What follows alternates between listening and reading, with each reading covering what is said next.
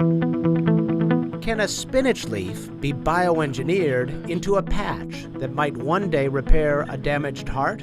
We were having lunch one day, there was a piece of spinach there, and we noticed kind of that veiny, vascular pattern of the spinach, and it reminded us of that kind of vascular system that we would see in a heart. For Josh Gershlak, a graduate student, turning spinach into heart tissue was more than just an inspired idea.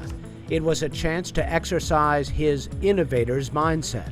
I think the big thing with that innovator's mindset is making connections, and it's really trying to look at how we do this research and how we perform the research and trying to look at it a little bit outside the box.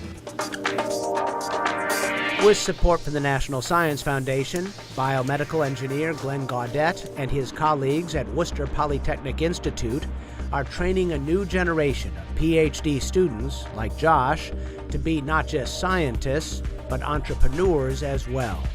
We wanted to add into our technical engineering courses more information on business, for example, but more information also on how to be creative. What I do is develop better ways to deliver stem cells to a failing heart. Our lab is focused on developing better ways to get those cells into the heart and get them to stay retained in the heart tissue. Katrina Hansen is part of the first group of PhD students to complete the program and is headed for a career in private industry. She says her experience here has set her up for success. And they actually focus on teaching entrepreneurship to scientist engineers, so not necessarily teaching entrepreneurship to business students, but teaching it to people with our skill set. Gaudette says with his team, the bioengineering comes first, figuring out how to regenerate heart function for patients who have had heart attacks.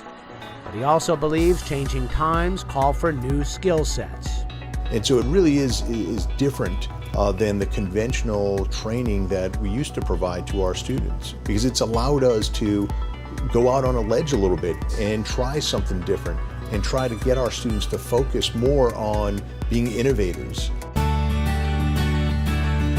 So what's next for the spinach idea? And so what we could do is use that leaf as the kind of scaffolding, as that base material, and then we can grow the tissue up on top of it, and we would have this vascularized tissue that we could then potentially grow to that large clinically relevant size. Training a new generation of scientists to take their ideas from lab to the marketplace. For Science Nation, I'm Miles O'Brien.